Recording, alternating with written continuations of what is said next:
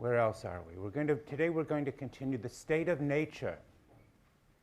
Hobbes's most famous discovery, his most famous metaphor, his most famous concept. At the end of class last time, I tried to identify Hobbes's central problem as the problem of authority. What makes authority possible? What makes authority legitimate? And in order to answer that question, I suggested, he created this idea, this metaphor again, of a state of nature, a state in which he says we are naturally in. Hobbes's state of nature is virtually the opposite of Aristotle's conception of the natural end or the natural telos of man. It does not consist of our perfection, a condition of our perfection, as Aristotle believed. But for Hobbes, the state of nature is something like the condition of human life in the absence of authority, in the absence of anyone to impose rules, order, law on us. What would human beings be like in such a condition? A condition of the type that he imagined maintains in periods of crisis, civil war of the kind that was true of England in the 1640s. And I suggested at the end of last time that in many ways Hobbes's idea of a state of nature can be understood in a sense as an extension of his scientific methodology set out in the opening chapters of the book. Let's imagine, as he says, human beings as if they were in a sort of laboratory test tube. Let's strip human beings of all their social ties and customs and traditions. Let's see what they would be like in abstraction from all of the social and political relationships which they enjoy, and see how they would interact with one another, almost as chemical properties. And you can see Hobbes working along that line. But I would say this, as it were, scientific or proto-scientific conception of the state of nature is not the whole answer to the story, because underlying Hobbes's conception of the state of nature is a powerful moral conception, a moral idea of the human being. And that's what I want to talk a little bit about today. Hobbes is a moralist, which seems odd in some ways. How could grim and dour old Thomas Hobbes be regarded as a moralist, or someone with a moral conception of human nature and the human condition? But that's what I want to suggest to you today. The term, in a sense in which we might better characterize his conception of the state of nature, is one of individuality. Hobbes shows us what it is to exercise the qualities of moral agency. That is to say, to do for ourselves rather than to have things done for us or for you. Hobbes introduced into our moral language the idiom of individuality. And this concept, the concept of what it is to be an individual, a moral agent, is really not older than, or at least not much older than, the 17th century, until the Renaissance, or not much later.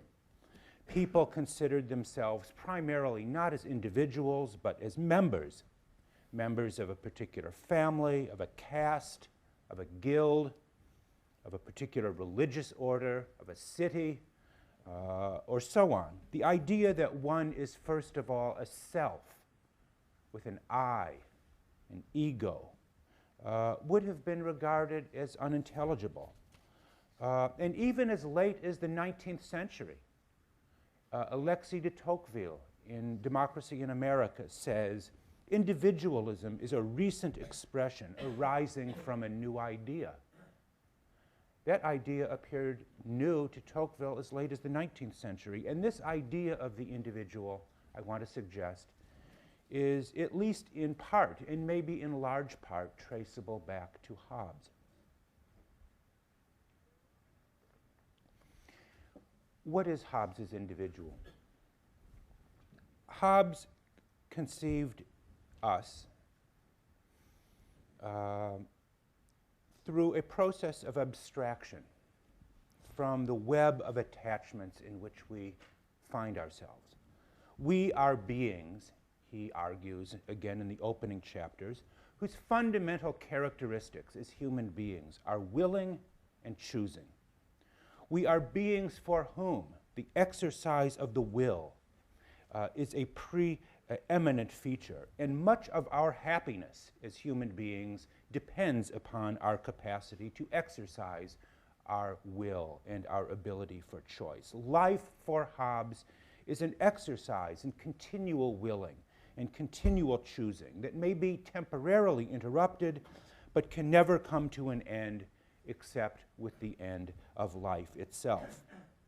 Hobbes's individuality or individualism is closely connected to this conception of a human being or human well-being as a success in the competition for the goods of life. Continual success, he writes in chapter 6, continual success in obtaining those things which a man from time to time desireth is what is called happiness or felicity. Our well-being depends on our ability to achieve the objects of our desires, the objects of our choices. For there is no such thing, he continues, as perpetual tranquility of mind. No such thing as perpetual tranquility while we live here, because life itself is but motion and can never be without desire, nor without fear, no more than without sense. These are the characteristics of human life: sense, fear, and desire, continual desire for one thing after another. And for Hobbes, this fact is not simply a physical or factual description of human behavior, but it is a moral condition, because we are each of us bundles of activity and initiative, of likes and dislikes, of desires and aversions. Life for Hobbes is competition or struggle, not just over scarce resources, although that might be part of the struggle, but for honors, for anything else that a person might value or esteem. Hobbes is fascinated and is, again, like Montaigne and a number of others, he is fascinated with the diversity, the sheer diversity, multiplicity of human desires. What leads one person to laughter leads another person to tears. What leads one person to piety and prayer leads another person to ridicule, and so on and so on. Even moral terms, Hobbes says, terms like good and evil, he says, are expressions of our individual likes and dislikes. We like something, he says, not because it is good, but we call something good because we like it. And the same with qualities of other moral qualities and attributes. They are expressions for him of our psychological states and aspirations. And it is this individualism that is the ground of the general competition that we all experience for the objects of our desires, that he says, or from this he infers that the natural condition is one of competition, of struggle, of enmity, and of war. In a famous passage from chapter 11, he posits, as he puts it, a general inclination of all mankind, a perpetual and restless desire of power after power that ceaseth only in death. This is, as he puts it, a general inclination of all mankind. This constant restlessness and motion and expression of our individuality. And what I have been calling Hobbes' individualism is connected, in fact, even is underwritten by another attribute that that is central to Hobbes. That is his skepticism. Like many of the great early modern philosophers, Montaigne, Descartes, Spinoza, Hobbes was obsessed with the question about what can I know? Or maybe put a different way, what am I entitled to believe? And there are many passages in Leviathan that testify to Hobbes's fundamentally skeptical view of knowledge, right?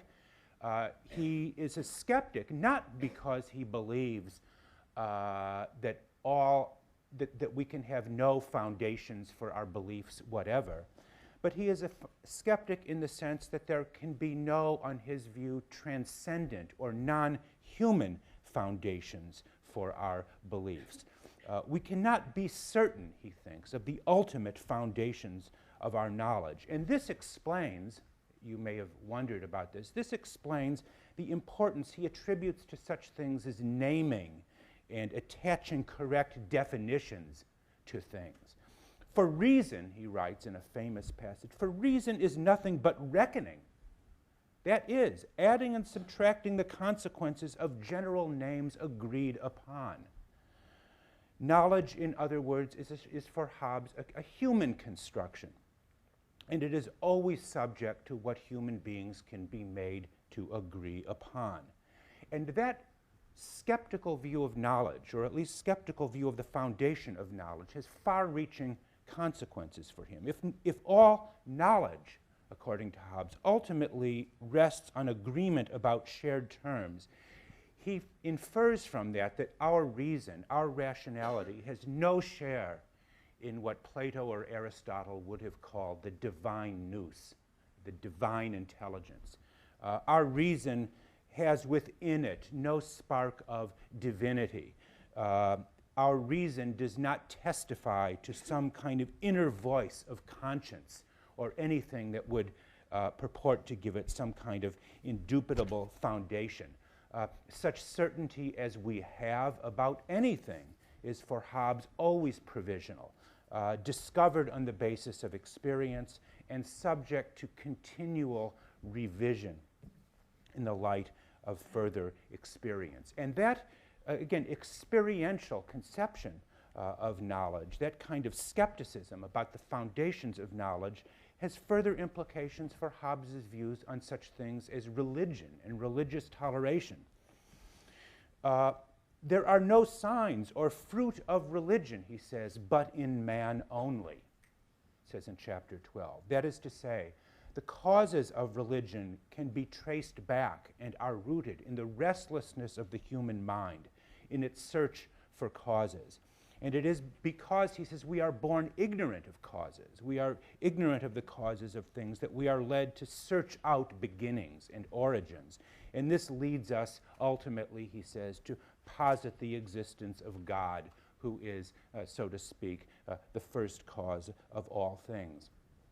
Hobbes does not, despite this kind of rationalistic view of religion and his view that religion has its origin again in the restlessness and of the human mind, Hobbes doesn't deny the possibility of revelation or some kind of direct communication of God to us. But what he does deny is that anyone who has claimed to receive such a revelation, he denies that any such person has the right to impose that view on anyone else, because nobody else can correctly have the means to verify a person's claim to revelation. No one can impose their claim of revealed knowledge on another. Does this make Hobbes an atheist, as many would have maintained in his day? No.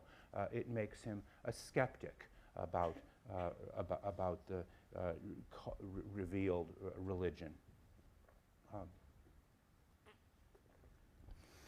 So it is because of this individualism and skepticism, a view of life as willing and choosing, that there are in the state of nature, so to speak, no standards to adjudicate conflicts, that the central issue of politics arises, namely, what makes authority possible? How are people who are biologically, individually constituted, so to speak, how can any of us ever be capable of obeying common rules or having moral obligations to one another? How is that possible? Hobbes continues to ask, in a manner of speaking, on almost every page of the book. But before answering that question, consider a little further Hobbes's account of the state of nature and what makes it seem like a plausible starting point to answer the question of what makes authority possible. To say that the state of nature consists primarily of individuals with, again, diverse likes, dislikes, beliefs, opinions, and the like, is not to say that the state of nature is a state of isolation, as it's sometimes attributed to him. People in the state of nature may have regular and continual contact with one another. It is just that their relations are unregulated. They are unregulated by law. They are unregulated by authority. The state of nature is simply a kind of condition of maximum insecurity, an unregulated market with no common laws or rules to sustain it. The emphasis on the individual is just another way of saying, again, unlike Aristotle, that no one has natural authority over anyone else. Relations of authority exist only by, so to speak, the consent or the will of the governed. And the fact that relations in the state of nature are unregulated, for him, makes it is synonymous with making it a condition of war of all against all in his famous formulation. Now, you might look at that formulation, the state of war is one of all against all, and you might say that such a condition of civil war, of maximum insecurity, of the total breakdown of condition of rules and laws is, if anything, the state of the exception. How often does that really occur in our experience, in human life?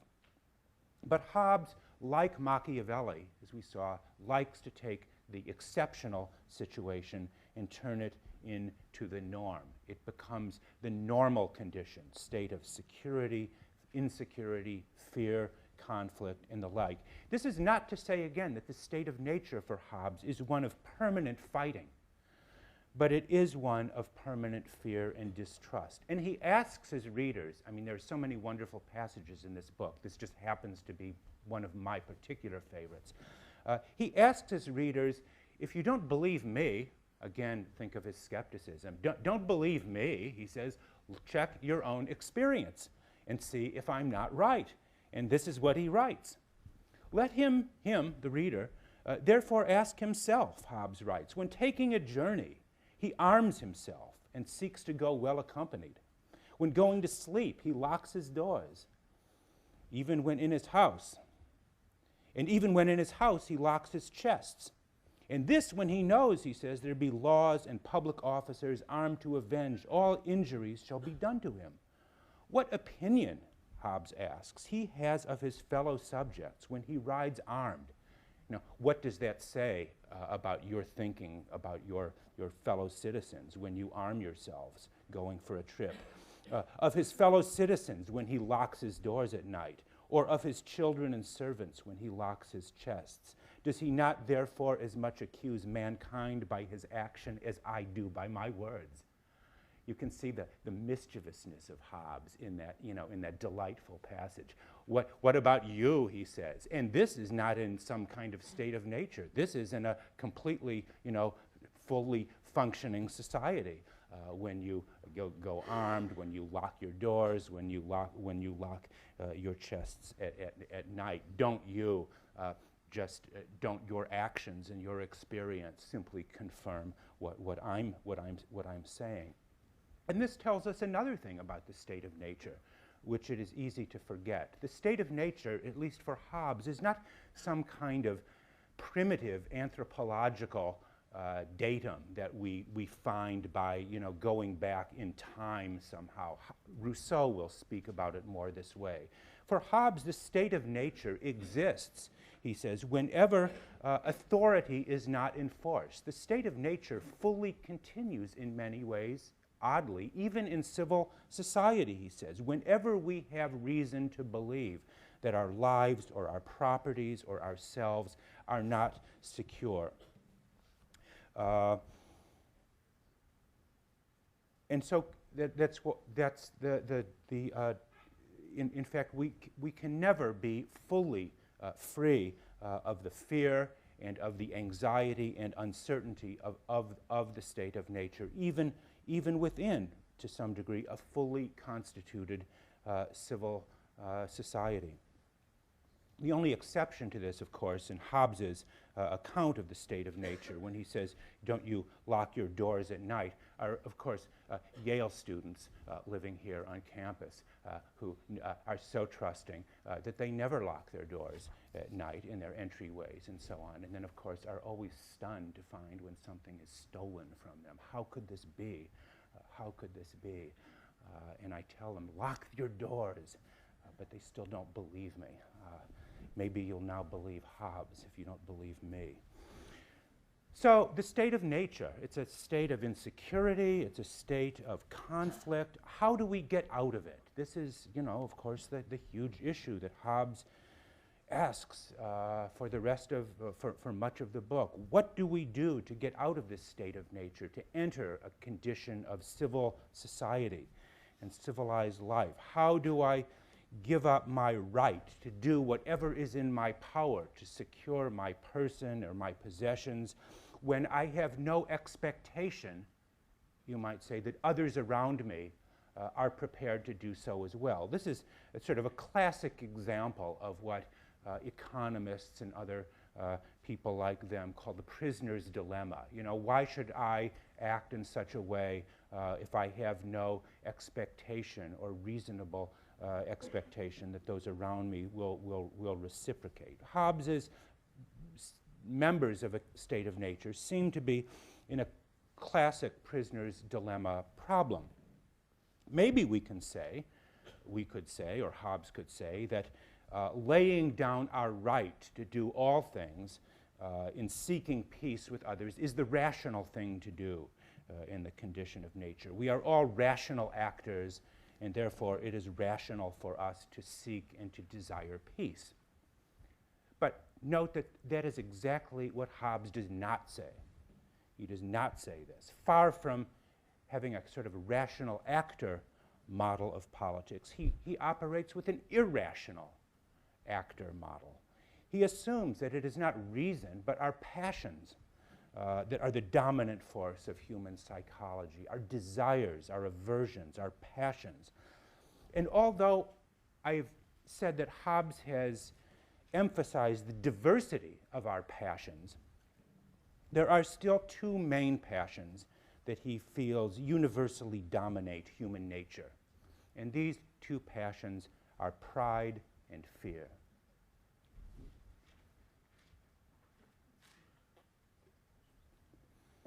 Pride and fear, these are the Hobbesian equivalents of the two great, what Machiavelli called humors, you remember, the two humors of the two great social classes, the desires of the rich and powerful, as it were, to rule over others, and the desire of the weak not to be ruled. Machiavelli called those the two humori, the two humors, and Hobbes similarly works with a kind of model. He's a great political psychologist.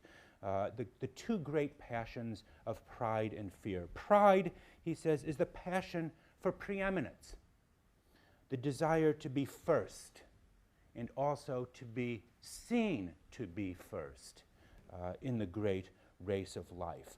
Prideful people, he tells us, are those overflowing with confidence about their own abilities to succeed. And we all know people like this, don't we? Like Yale students. They're all overflowing with confidence, kind of alpha types. Machiavelli might call them sort of manly men who fully confident about their abilities. And yet Hobbes is a great debunker of human pride.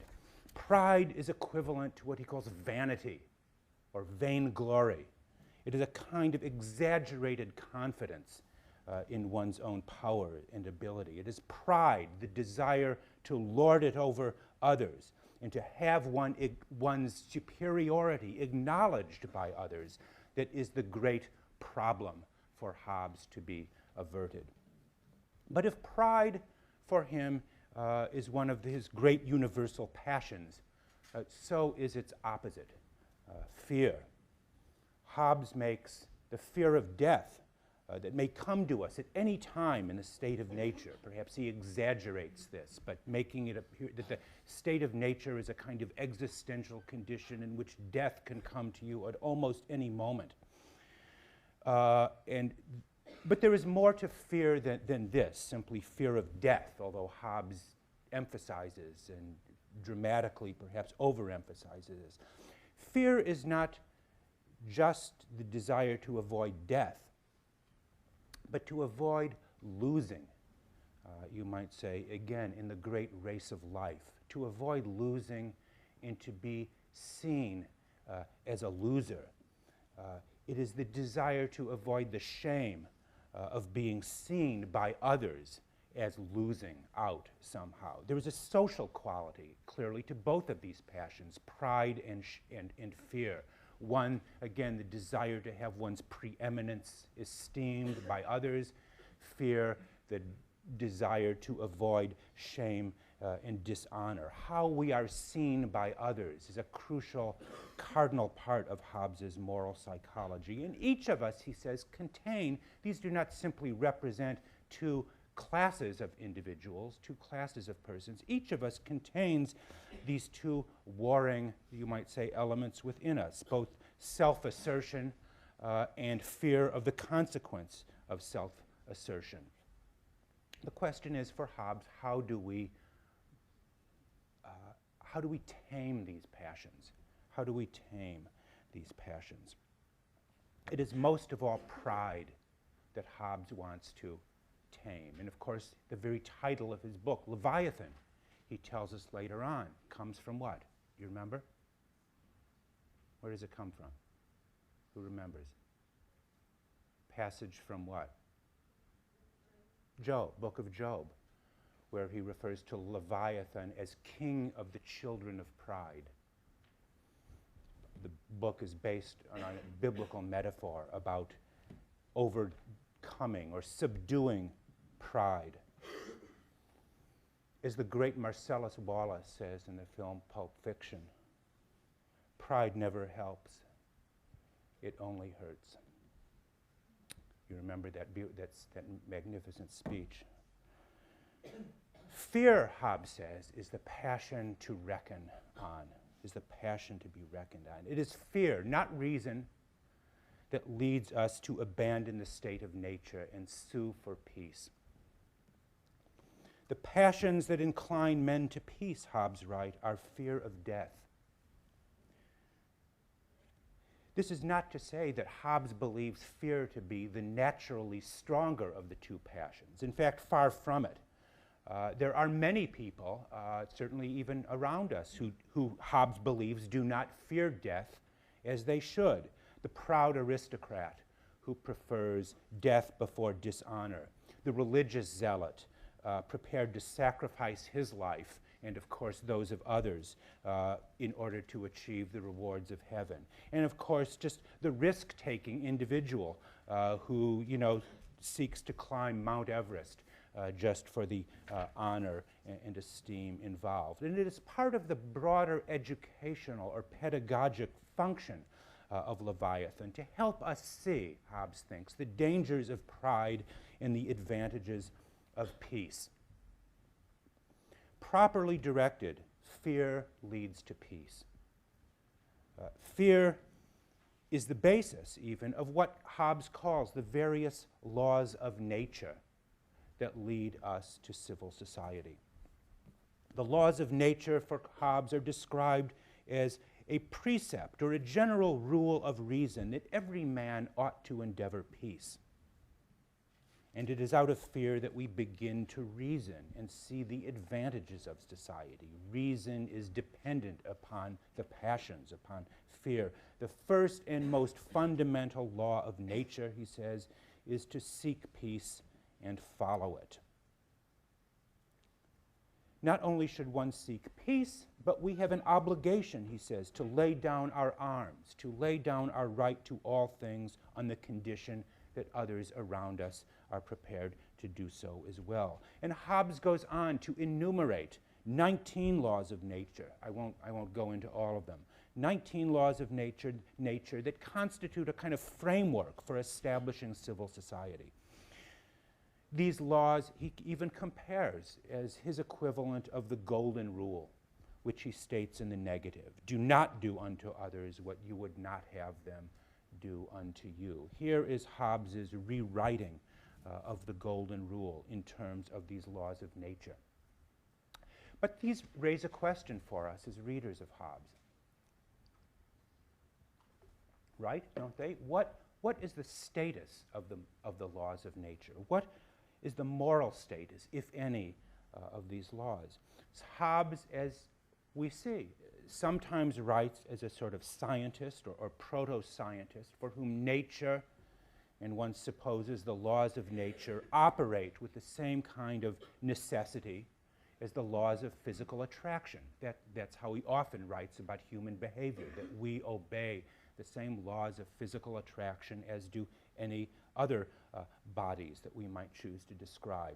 They describe how bodies in motion always and necessarily behave, these laws of nature. And yet, at the same time, Hobbes writes as a moralist, for whom the laws of nature he calls precepts of reason, or general rules according to which we are forbidden to do anything destructive of life. In this sense, the laws of nature, as he describes them, appear to be moral laws with moral commands you not to do anything that is destructive of life, your own or that of others. And as moral laws, in this sense, we have presumably the freedom to obey them or disobey them. If they acted with a kind of mechanical necessity or even geometric necessity, they could not possibly be moral laws in that way. They can only be moral if there is some semblance of human choice or will expressed in the relationship, our ability to do otherwise. So these laws of nature, seek peace and so on, do not simply seem to be descriptive of how people do behave. They seem to be prescriptive of how people ought to behave. And this Hobbes even suggests at the end of chapter 15, when he writes about the laws of nature. These dictates of reason men used to call by the name laws, but improperly, for they are conclusions or theorems according to what conduces to the conversation of mankind. These used to be called laws of nature, he says, but improperly. So if they are only improperly laws of nature, why does Hobbes continue to use the term? Why does he use this terminology of laws of nature? In a sense, this might simply be Hobbes's way of paying homage to the ancient tradition of natural law, going back to the medieval scholastics, to the Stoics, and perhaps even beyond them. The natural laws for Hobbes are not divine commands or ordinances, he says, but they are rules of practical reason, figured out by us as the optimal means of securing our well-being. These laws of nature, as he describes them, do not issue categorical commands so much as sort of hypothetical rules. If you want X, do Y. If you want peace, here are the means to it. And he calls these laws, these 19 laws of nature, the true and only moral philosophy. So you can see in that passage, Hobbes takes himself to be a moralist, writing within the great tradition of moral philosophy. These laws of nature are for him the true and only moral philosophy. Well, this brings me to some criticisms, or at least some questions about Hobbes's conception of the laws of nature. What are we to make of these laws, as I've asked before? In one sense, there seems to be a genuine moral content to Hobbes's laws of nature, which can be reduced to a single formula: seek peace above all other goods. Hobbes, more than anyone else, wants us to value the virtues of civility. That is those, you might say, summed up in a word, are what the 19 laws of nature command. The civility entails the virtues of peace, equity, fairness, playing by the rules. Peace is for Hobbes a moral good, and the virtues are those qualities of behavior that lend to peace, and vices are those that lead to war. Consider the disadvantages of war and the benefits of peace. Here is what Hobbes writes. In such a condition, that is the state of nature, there is no place for industry because the fruit thereof is uncertain, and consequently no culture of the earth, no navigation, nor building, nor instruments of moving and removing things as require much force, no knowledge of the face of the earth, no account of time, no arts, no letters, no society, and which is worst of all, continual fear and danger of violent death. This is again the sort of existential condition in which Hobbes wants to put us in the state of nature, and all the benefits he lists there, he enumerates, that are denied to us in such a condition. Again, no knowledge, no geography, no cultivation of the earth, no navigation or building. All of these things are the fruits of peace, he tells us. But at this point, a careful reader, such as all of yourselves, no doubt, would no doubt be suggesting, I've gone too far, in suggesting or calling Hobbes a moral philosopher whose motto, in a way, could be summed up in the phrase, give peace a chance. Is that what Hobbes believed? Why is peace the highest good anyway? I mean, why not justice? Why not honor? Why not piety? Why not the examined life? What makes peace so good for Hobbes? Well, I've quoted him on a number of reasons, but one suggestion might be that it is not so much peace alone that Hobbes cherishes as life. Peace is a means to life. Every creature, he says, has a built-in desire to preserve itself, to persevere in its own existence, to continue in its own steady state, you might say, and to resist invasion or encroachment by others. We are all endowed, he says, with a kind of natural right to life. And the desire to preserve oneself is not just a biological fact, although it is also that. It is for him a moral right. It is a moral entitlement. Every being has a fundamental right to its own life. We not only have a right to our lives, but to do whatever we regard as needful to protect our lives. And again, this is not simply a brute fact of nature. It is a moral entitlement for Hobbes, the source of human worth and dignity. But now you will suggest I've really gone too far, attributing to Hobbes a doctrine of human dignity that one might expect to find in a philosopher like Kant or someone else. Didn't Hobbes cynically write in chapter 10, the value or worth of a man is of all things his price? What price we will fetch on the marketplace, no doubt. The value or worth of a man is his price. A phrase incidentally quoted by Karl Marx to indicate the sheer heartlessness of kind of the bourgeois society that Hobbes was hoping to bring about. And doesn't Hobbes's materialism and his sort of mechanistic theory of nature seem to detract from any inherent worth of the individual? I mean, there seems to be something to that, and yet Hobbes certainly regards life as a precious good, perhaps the most precious good of all, and he writes with a lively sense of how fragile and endangered life is.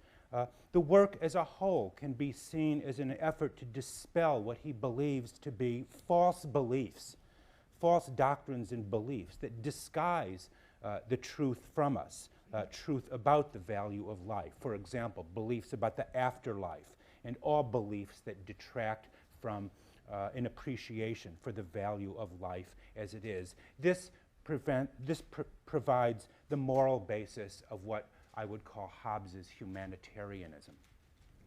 And yet, that humanitarianism seems to raise further problems.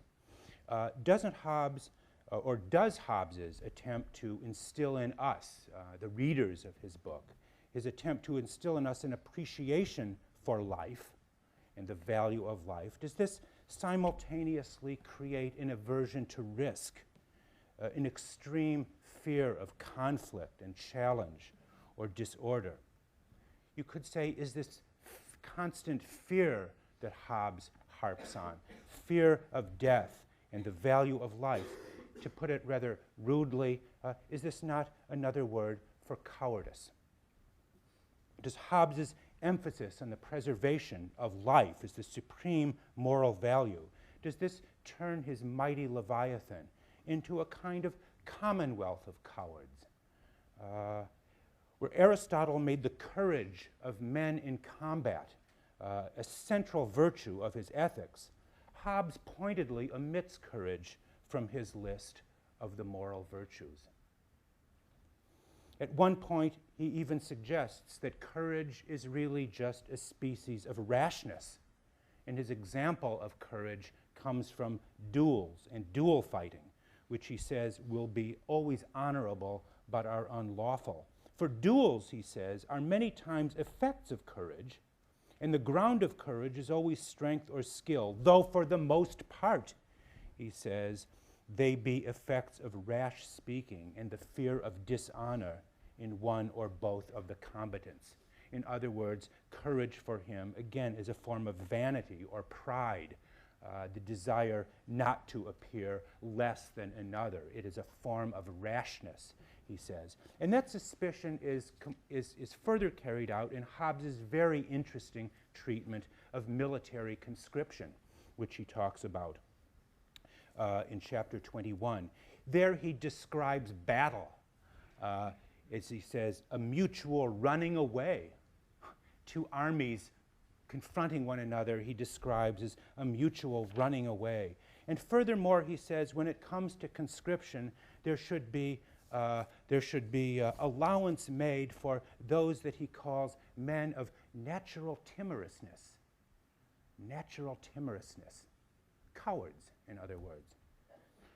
A man that is commanded as a soldier, Hobbes writes, to fight against the enemy, though his sovereign has the right enough to punish his refusal with death, may nevertheless, Hobbes writes, in many cases refuse without injustice, as when he substituteth a sufficient soldier in his place. In other words, Hobbes's view of this is, why do the fighting yourself if you can get someone else to do it for you? There is no intrinsic virtue in courage or battle if you can get somebody else to do the job for you. A sort of perfect description, I think, of our volunteer army, how we pay people to do this difficult and dangerous work for us. But the question is, can even a Hobbesian society, one which insists on rules and so on, can a Hobbesian society do entirely without? If that's my analyst calling, could you tell him I'll be a little late for today's appointment? That'd be good. Okay. Anyway, can a Hobbesian society do without what we might call them the manly virtues, the civic virtues, pride, love of honor, that Hobbes seems to condemn? Consider the case of Ralph Esposito. Who was Ralph Esposito, you ask? His name is not in the index of Hobbes's book. But Mr. Esposito is a New York City fireman who came to Branford College to be a master's tea guest not long after 9/11. And at length, he discussed there people like himself who daily risk their lives running into burning buildings to rescue total strangers. Why do people do this? Is it because some people have a kind of built-in sense of thumos, that wonderful Platonic term, pride, courage, love of risk that no society, not even a Hobbesian one, can do without? Even Hobbes's society presumably cannot do without a fire department or a police department. Yet if one were to follow Hobbes's risk-averse psychology, if one were to follow the 19 laws of nature that advise us to seek peace and to avoid conflict, why would anyone ever become a fireman, a soldier, a risk-taker, a policeman of any sort? Why would anyone ever risk one's life for one's country or a cause just to help other people, people that we don't know and probably will never know? Even in the passage that I cited earlier, where Hobbes describes the benefits of civil society, he speaks of activities like navigation, exploration, and industry. Presumably, these are activities that are all engaged in risk-taking behavior of one kind or another that seem not to be able to be explained by Hobbes's law of nature alone. So the question I want to leave you with today, and that I want to pick up again on Wednesday, is, in the end, what do societies require more of? Do they require more of Hobbes's men of natural timorousness, or do they require more Ralph Esposito's? And on that, we'll finish up Hobbes on Wednesday.